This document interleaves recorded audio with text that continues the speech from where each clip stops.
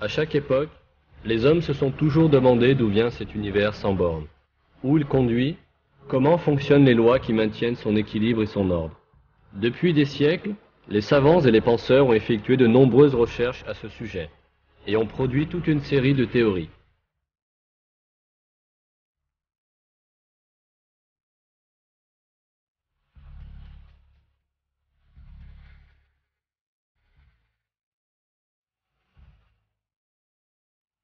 L'idée dominante au XIXe siècle était que l'univers était un ensemble de matière de taille infinie, qui existait depuis l'éternité et qui continuerait toujours à exister.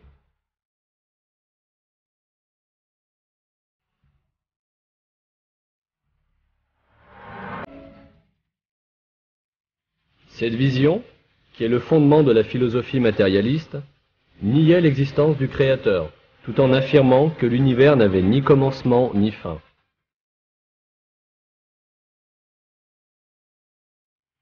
Le matérialisme est un système de pensée qui considère la matière comme le seul être absolu, et pour lequel rien d'autre n'existe que la matière. Ce système de pensée, qui a son origine dans l'Antiquité grecque et qui s'est de plus en plus répandu au XIXe siècle, est devenu célèbre sous la forme du matérialisme dialectique de Karl Marx. Les matérialistes considéraient le modèle de l'univers infini comme le principal appui de leurs philosophies athées. Par exemple, dans son livre « Principes fondamentaux de philosophie », le matérialiste Georges Politzer affirmait que l'univers n'était pas un objet créé, ajoutant que, s'il avait été créé, il aurait dû être créé par Dieu instantanément et à partir du néant. Lorsque Politzer affirmait que l'univers n'avait pas été créé du néant, il s'appuyait sur le modèle statique de l'univers en cours au XIXe siècle. Il pensait faire une affirmation scientifique. Cependant, les progrès de la science et de la technologie au XXe siècle ont finalement démoli cette idée primitive qu'on appelle le matérialisme. On a découvert que l'univers n'est pas constant comme le supposaient les matérialistes, mais qu'au contraire, il est en expansion. On a prouvé également, par l'observation et le calcul, que l'univers a eu un commencement et qu'il a été créé à partir du néant avec une grande explosion. Aujourd'hui, ces faits sont reconnus par tout le monde scientifique. Et la découverte de ces faits, très importants, a été rendue possible par des observations et des conclusions révolutionnaires.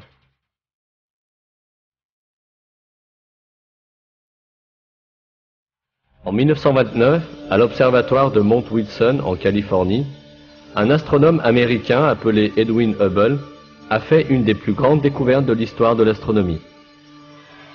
En observant les étoiles au moyen d'un télescope géant, il s'est aperçu qu'elles émettaient une lumière rougeâtre selon leur distance. Cela voulait dire que les étoiles s'éloignent de nous. En effet, selon des lois reconnues en physique, le spectre des rayons lumineux se déplaçant vers le point d'observation tend vers le violet, tandis que le spectre des rayons lumineux s'éloignant du point d'observation tend vers le rouge. Les observations de Hubble ont permis de découvrir que la lumière des étoiles tend vers le rouge. Cela voulait dire qu'elles s'éloignent constamment de nous.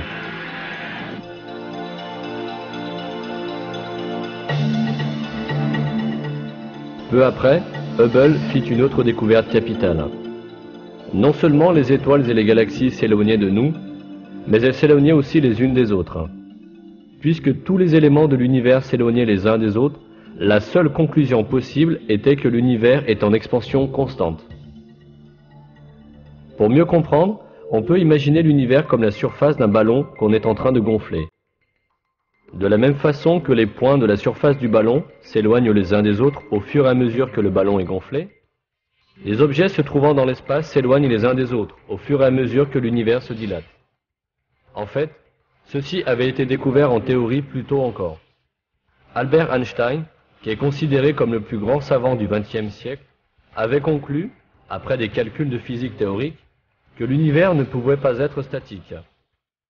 Cependant, il avait mis de côté sa découverte, tout simplement pour ne pas s'opposer au modèle statique de l'univers qui était généralement admis à son époque. Plus tard, Einstein devait admettre qu'il avait commis là la plus grande erreur de sa carrière. Que signifiait l'expansion de l'univers? L'expansion de l'univers signifiait que si l'on pouvait remonter le temps, on s'apercevrait que l'univers tirait son origine d'un point unique.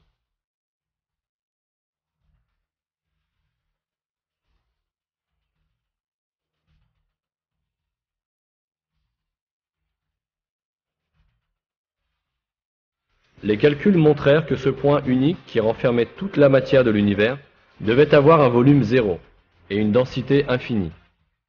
L'univers avait été suscité par l'explosion de ce point unique de volume zéro.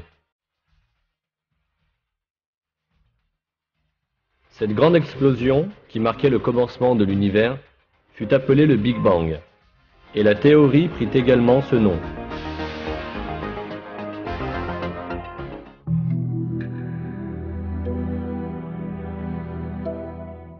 Il faut signaler que volume zéro est une expression théorique utilisée dans un but descriptif.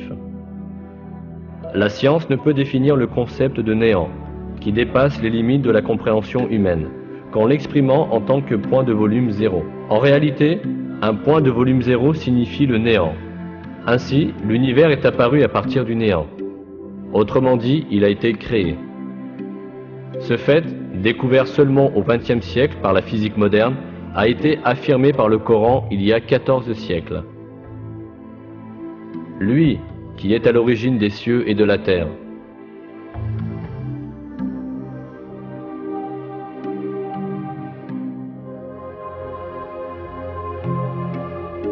La théorie du Big Bang montrait qu'au commencement, tous les objets de l'univers formaient un seul élément, puis qu'ils ont été séparés. Ce fait, révélé par la théorie du Big Bang, a lui aussi été affirmé par le Coran il y a 14 siècles, à une époque où les gens n'avaient de l'univers qu'une connaissance très limitée. Ceux qui ont mécru n'ont-ils pas vu que les cieux et la terre formaient une masse compacte, puis que nous les avons séparés?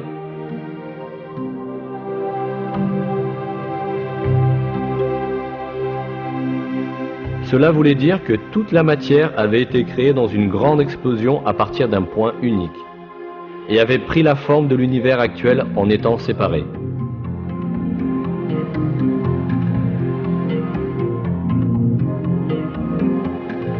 L'expansion de l'univers est l'une des principales preuves que l'univers a été créé à partir du néant. Ce fait n'a été découvert par la science qu'au XXe siècle, mais Allah nous a informés de cette réalité dans le Coran, révélé il y a 1400 ans. Le ciel, nous l'avons construit par notre puissance, et nous l'élargissons constamment.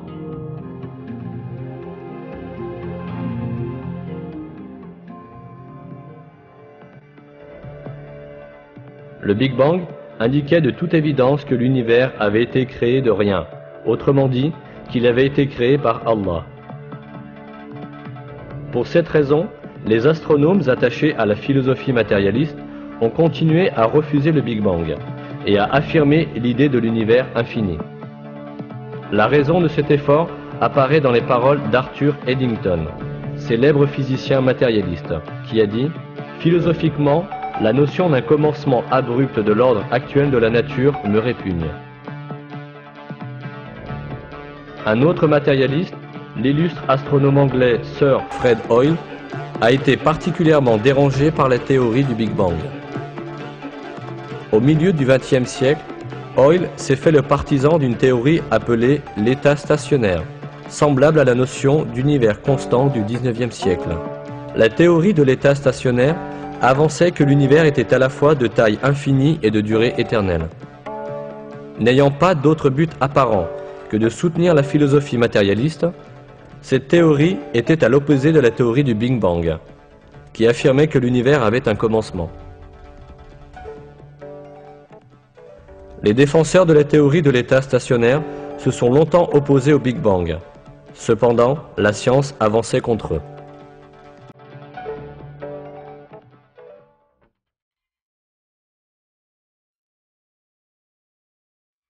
En 1948, George Gamow avança une autre idée à propos du Big Bang. Il affirma qu'après la formation de l'univers dans une grande explosion, Un surplus de rayonnement devrait exister dans l'univers, comme trace de cette explosion. De plus, ce rayonnement devrait être diffusé uniformément dans tout l'univers. La preuve qui devrait exister allait bientôt être découverte. En 1965, deux chercheurs nommés Arno Penzias et Robert Wilson découvrirent ces ondes par hasard. Ce rayonnement, appelé fond diffus cosmologique, ne semblait pas émaner d'une source particulière, mais était plutôt diffus dans l'espace tout entier. On comprit ainsi que ce rayonnement était resté des étapes initiales du Big Bang. Penzias et Wilson reçurent le prix Nobel pour leur découverte. En 1989, la NASA lança dans l'espace le satellite COBE pour effectuer des recherches sur le fond diffus cosmologique. Il ne fallut que 8 minutes au satellite COBE pour confirmer les calculs de Penzias et Wilson.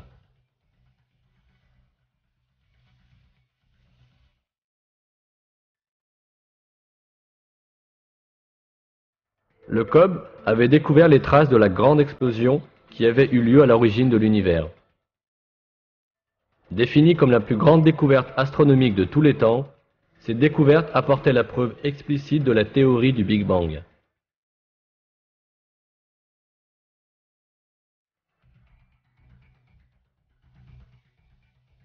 Une autre preuve importante du Big Bang provenait de la quantité d'hydrogène et d'hélium présents dans l'espace. Au cours des recherches, on se rendit compte que la concentration hydrogène-hélium présente dans l'univers était conforme au calcul théorique de la concentration hydrogène-hélium restant à l'issue du Big Bang. Si l'univers n'avait pas de commencement et s'il avait existé de toute éternité, sa composante d'hydrogène aurait déjà été complètement consommée et convertie en hélium. Toutes ces preuves flagrantes conduisirent la communauté scientifique à reconnaître la théorie du Big Bang. Le modèle du Big Bang était le dernier mot atteint par la science à propos de l'origine de l'univers. Après avoir défendu pendant des années la théorie de l'état stationnaire aux côtés de Fred Hoyle, Denis Sciama a décrit la position finale à laquelle ils étaient arrivés après la révélation de toutes les preuves en faveur de la théorie du Big Bang. Sciama déclara qu'il avait défendu la théorie de l'état stationnaire, non pas parce qu'il était convaincu qu'elle était vraie, mais parce qu'il aurait voulu qu'elle le soit. Sciama ajouta que lorsque les preuves s'accumulèrent, il fut obligé d'admettre que la partie était terminée et qu'il fallait renoncer à la théorie de l'état stationnaire. Le professeur George Abel, de l'Université de Californie, reconnaît également la victoire finale du Big Bang et déclare que les preuves disponibles actuellement montrent que l'univers est apparu il y a des milliards d'années à la suite du Big Bang. Il admet qu'il n'a pas d'autre choix que de reconnaître la théorie du Big Bang.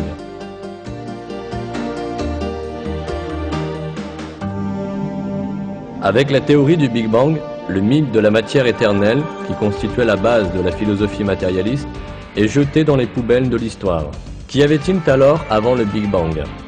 Et quel est le pouvoir qui a causé l'existence de l'univers dans cette grande explosion alors qu'il était non existant? Cette question implique certainement, selon les termes d'Arthur Eddington, le fait philosophiquement répugnant pour les matérialistes de l'existence d'un créateur. Le célèbre philosophe athée Anthony Flew commente ainsi cette question. Il est bien connu que la confession est bonne pour l'âme. Je commencerai donc par reconnaître que l'athée stratonicien ne peut qu'être embarrassé devant le consensus cosmologique contemporain. Car il semble bien que les cosmologues apportent la preuve scientifique que l'univers a eu un commencement.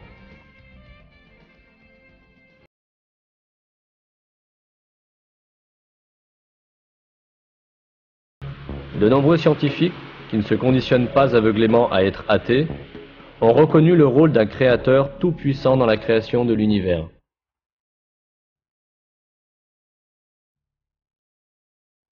Ce créateur doit être un être qui a créé à la fois le temps et l'espace, mais qui est indépendant du temps et de l'espace. Voici ce qu'en dit le célèbre astrophysicien Hugues Ross. Si le commencement du temps concorde avec le commencement de l'univers, comme l'affirme le théorème de l'espace, alors la cause de l'univers doit être une entité opérant dans une dimension temporelle totalement indépendante et préexistante à la dimension temporelle du cosmos. Cette conclusion nous apprend que Dieu n'est pas l'univers lui-même, et que Dieu n'est pas non plus contenu dans l'univers. Oui, la matière et le temps ont été créés par le Créateur tout-puissant, qui est indépendant de toutes ces notions. Ce Créateur, c'est Allah, qui est le Seigneur des cieux et de la terre.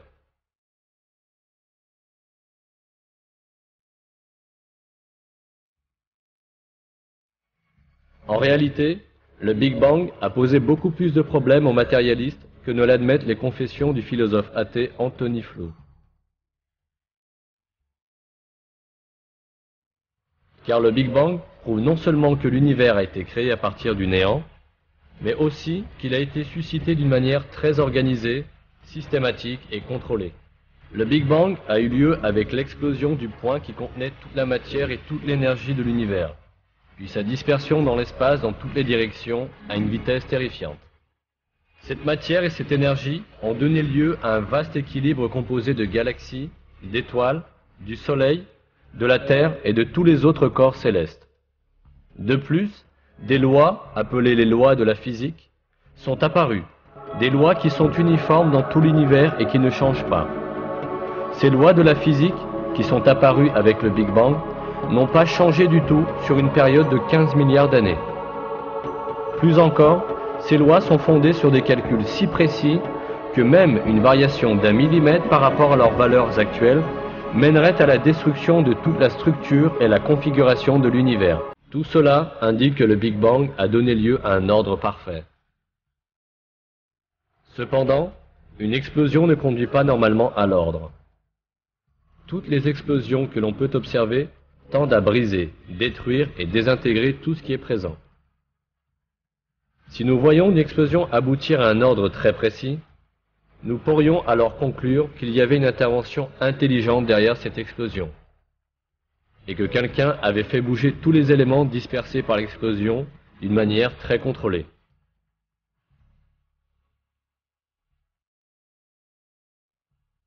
Sir Fred Hoyle, qui dut finir par accepter la théorie du Big Bang après s'y être opposé pendant des années, exprime très bien cette situation. La théorie du Big Bang affirme que l'univers a commencé avec une seule explosion. Pourtant, comme on peut le constater, une explosion ne fait qu'éparpiller la matière, tandis que le Big Bang a mystérieusement produit l'effet inverse, en assemblant la matière sous forme de galaxies. Si une explosion aboutissait à un grand ordre, on ne pourrait pas manquer de reconnaître l'intervention d'un créateur à chaque instant de cette explosion.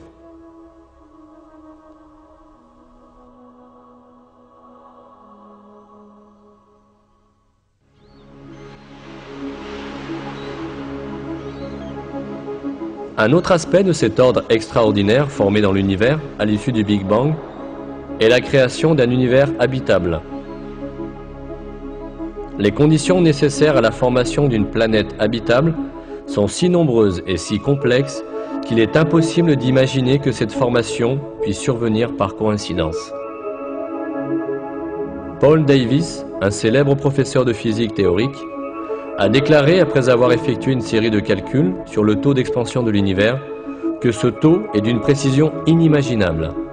Davies dit « Une mesure attentive place le taux d'expansion très près d'une valeur critique à laquelle l'univers échappera tout juste à sa propre gravité et poursuivra son expansion indéfiniment. Un peu plus lentement et le cosmos s'écroulerait, un peu plus vite et la matière cosmique se serait depuis longtemps complètement dispersée. Le Big Bang n'était pas, de toute évidence, n'importe quelle explosion. C'était une explosion d'une magnitude fixée avec la plus grande précision. Le professeur Stephen Hawking, illustre physicien, déclare dans son livre « Une brève histoire du temps » que l'univers repose sur des calculs et des équilibres réglés bien plus précisément que nous ne pouvons l'imaginer. Hawking déclare à propos du taux d'expansion de l'univers: si le taux d'expansion, une seconde après le Big Bang, avait été inférieur ne serait-ce que d'un 100 milliards de millionième, l'univers se serait effondré à nouveau bien avant d'atteindre sa taille actuelle. Paul Davies explique également la conséquence inévitable à tirer de ces équilibres et de ces calculs incroyablement précis. Il est difficile de résister à l'impression que la structure actuelle de l'univers, qui paraît si sensible à la moindre modification des chiffres, a été soigneusement élaborée. La conjugaison apparemment miraculeuse de ces valeurs numériques que la nature a assignées à ces constantes fondamentales demeure la preuve la plus éclatante d'une forme d'organisation cosmique. En rapport avec le même fait, un professeur d'astronomie américain, George Greenstein, écrit dans son livre « L'univers symbiotique » : « Lorsque nous examinons toutes ces preuves, nous sommes assaillis par l'idée insistante que cela doit être la marque d'une volonté surnaturelle. »